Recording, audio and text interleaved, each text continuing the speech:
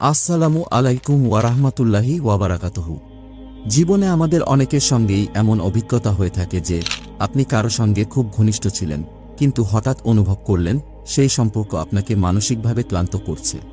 হয়তো সেই মানুষটি এমন কিছু আচরণ বা এমন কোনো কথা বারবার বলেছেন যা আপনার ভেতরে গভীর কষ্টের জন্ম দিচ্ছে এবং আপনার মানসিক শান্তি হারিয়ে যাচ্ছে। জীবনে আমরা প্রায়ই এমন কিছু মানুষের সাথে মিশি যারা বুঝে বা না বুঝে আমাদের উপর খারাপ প্রভাব ফেলে। তাই তাদের সাথে সম্পর্ক রাখা একটা সময় কঠিন হয়ে যায়, কিন্তু আমরা তাদের প্রতি ভালোবাসা বা বন্ধুত্বের টানে আটকে থাকি। তবে একটি ভালো সম্পর্কের আসল ভিত্তি হল মানসিক শান্তি এবং একে অপরের প্রতি সম্মান। আজ আমরা আলোচনা করব কিভাবে ইসলামিক দৃষ্টিকোণ থেকে আমরা এই ধরনের পরিস্থিতি মোকাবিলা করতে পারি। হয়তো আপনি নিজেও কোনো বন্ধুর, সহকর্মীর বা পরিবারের কারো সঙ্গে এমন অবস্থায় পড়েছেন। তাহলে কি করবেন? ইসলাম এই বিষয়ে কি বলে? আসুন আমরা এই প্রশ্নগুলোর উত্তর খুঁজি। ১. নেতিবাচক মানুষ থেকে দূরত্ব বজায় রাখা। ইসলাম আমাদের সঠিক পথে থাকতে এবং শান্তি বজায় রাখতে নির্দেশ দিয়েছে। রাসূলুল্লাহ সাল্লাল্লাহু আলাইহি ওয়াসাল্লাম বলেছেন, ভালো বন্ধুর উদাহরণ হল সুগন্ধি বিক্রেতার মতো, আর খারাপ বন্ধুর উদাহরণ হল লোহার কামারের মতো। ভালো সঙ্গ আপনার জীবনকে আলোকিত করবে, ঠিক যেমন সুগন্ধি আপনার চারপাশকে সুগন্ধময় করে তোলে। আর খারাপ সঙ্গ আপনাকে ক্ষতির দিকে নিয়ে যাবে, যেমন লোহার কামারের কাজের ধোঁয়া এবং আগুন আপনার পোশাক বা শরীরকে ক্ষতিগ্রস্ত করতে পারে।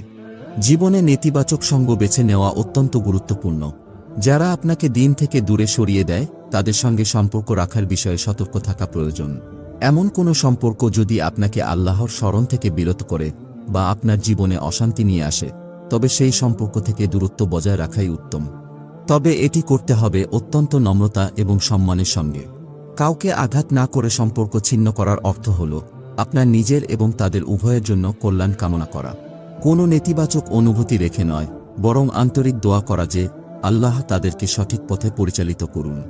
আমাদের উচিত নিজেদের এমন মানুষের সঙ্গে যুক্ত রাখা যারা আমাদের প্রেরণা দেয়, যারা আমাদের জীবনকে আলোকিত করতে প্রভাব ফেলে এবং যারা আমাদের জান্নাতের পথে নিয়ে যায়। ইসলামের দৃষ্টিতে এটি কেবল একটি সুন্দর কাজ নয়, এটি একটি গুরুত্বপূর্ণ কর্তব্য। ২. সম্পর্ক থেকে নিজেকে সরিয়ে নেওয়ার অপরাধবোধ দূর করা। আমাদের জীবনে এমন অনেক সময় আসে যখন মনে হয় কোনো সম্পর্ক থেকে নিজেকে সরিয়ে নেওয়া উচিত, কিন্তু মনে প্রশ্ন জাগে, এটা কি অন্যায় হবে? বিশেষ করে যদি সেই মানুষটি আমাদের পরিবার বা খুব কাছের কেউ হয়। তবে ইসলাম আমাদের শেখায় নিজের মানসিক ও আধ্যাত্মিক শান্তি রক্ষা করা অত্যন্ত গুরুত্বপূর্ণ। রাসূলুল্লাহ সাল্লাল্লাহু আলাইহি ওয়াসাল্লাম বলেছেন, সর্বোত্তম মুসলিম সেই ব্যক্তি যার কাছ থেকে অন্যরা নিরাপদ থাকে, তার হাত ও জিহ্বা থেকে। এই হাদিস আমাদের শেখায় যে আমাদের কাজ এবং কথায় এমন আচরণ করা উচিত যা অন্যদের ক্ষতি না করে।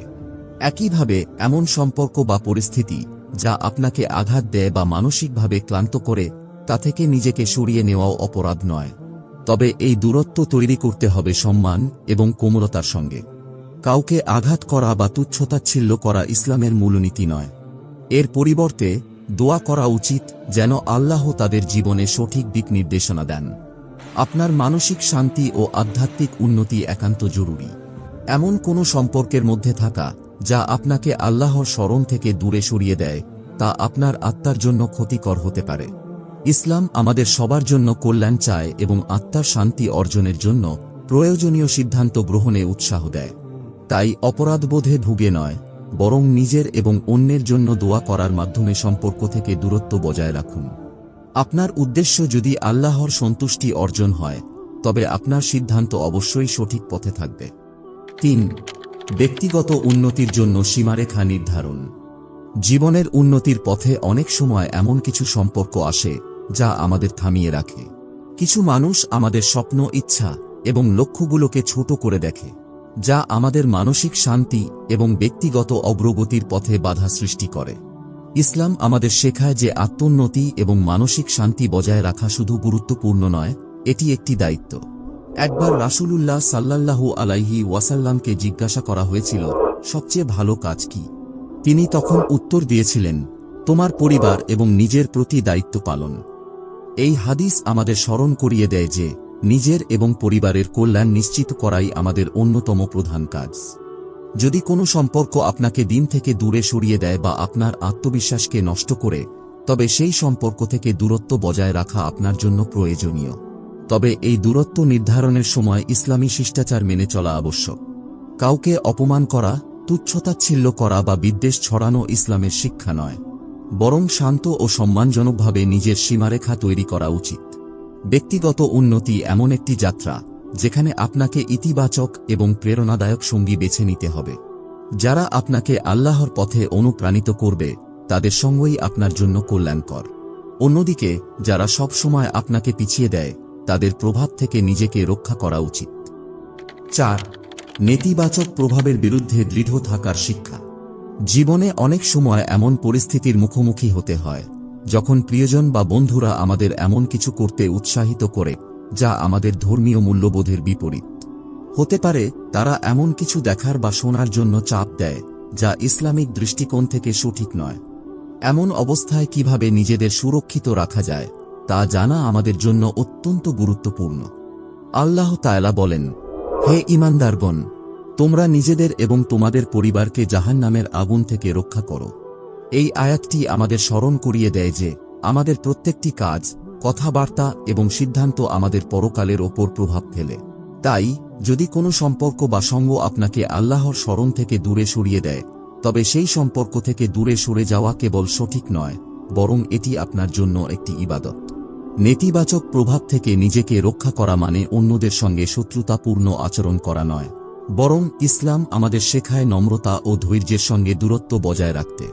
আপনি দোয়া করতে পারেন যেন আল্লাহ তাদের সঠিক পথে পরিচালিত করেন এবং তাদের অন্তরে সৎ বোধ জাগ্রত করেন। ইসলামের দৃষ্টিতে আপনার আত্মা ও ঈমান রক্ষার দায়িত্ব আপনার নিজের ওপর। যদি কোনো সম্পর্ক আপনার জীবনে এমন প্রভাব ফেলে যা আপনাকে পাপের দিকে নিয়ে যায়, তবে সেই সম্পর্ক থেকে সরে আসাই উত্তম। 5. আত্মিক শান্তি রক্ষা। মানুষের জীবনে আত্মিক শান্তি একটি অপরিহার্য অংশ। আমরা যখন আমাদের মানসিক এবং আধ্যাত্মিক শান্তি বজায় রাখতে ব্যর্থ হই, তখন তা আমাদের জীবনের সবকিছুতে প্রভাব ফেলে। কিছু মানুষ আছেন যারা সব সময় নেতিবাচক মন্তব্য করেন বা এমন আচরণ করেন যা আমাদের আত্মবিশ্বাসে আঘাত হানে। এদের প্রভাব থেকে নিজেকে রক্ষা করা কেবল গুরুত্বপূর্ণ নয়, এটি আমাদের ঈমান রক্ষার জন্য প্রয়োজন। আবু হুরায়রা রাদিয়াল্লাহু তাআলা আনহু থেকে বর্ণিত, রাসূলুল্লাহ সাল্লাল্লাহু আলাইহি ওয়াসাল্লাম বলেছেন, একজন মুমিন সেই ব্যক্তি যার থেকে মানুষ নিরাপদ বোধ করে।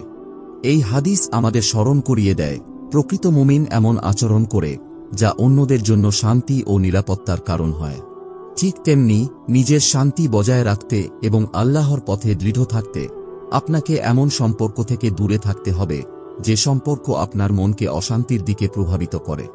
নিজের আত্মিক উন্নতির জন্য এমন পরিবেশে থাকা জরুরি যেই পরিবেশ আপনাকে আল্লাহর পথে চালিত করবে এবং আপনার মানসিক শান্তি রক্ষা করবে।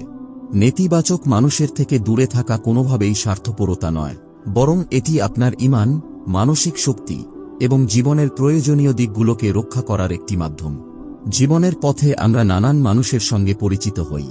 কেউ আমাদের জীবনে ইতিবাচক প্রভাব ফেলে আমাদের অনুপ্রেরণা যোগায়, আর কেউ হয়তো আমাদের মানসিক শান্তি নষ্ট করে।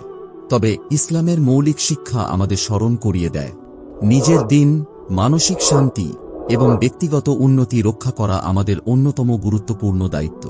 তাই যদি কোনো সম্পর্ক বা সঙ্গ আপনার জন্য ক্ষতিকর হয় বা আপনাকে আল্লাহর পথ থেকে সরিয়ে দেয়, তবে সেই সম্পর্ক থেকে সরে আসা জরুরি। তবে এটি করতে হবে বিনয়ের সঙ্গে, যেন কারো মনে আঘাত না লাগে। সম্পর্কের দূরত্ব নির্ধারণ করার পরও তাদের জন্য ভালোবাসা এবং দোয়া বজায় রাখা ইসলামের সৌন্দর্যের অংশ। সর্বদা মনে রাখবেন, আপনার প্রথম দায়িত্ব আল্লাহর প্রতি এবং তারপর আপনার নিজের প্রতি। নিজের ঈমানকে শক্তিশালী রাখা এবং আত্মিক শান্তি বজায় রাখা ইসলামের অন্যতম একটি শিক্ষা। যদি ভিডিওটি আপনাদের ভালো লেগে থাকে তবে লাইক করুন, শেয়ার করুন এবং অবশ্যই চ্যানেলটি সাবস্ক্রাইব করতে ভুলবেন না। ধন্যবাদ। সবাই ভালো থাকুন এবং আল্লাহর রহমতের ছায়ায় থাকুন।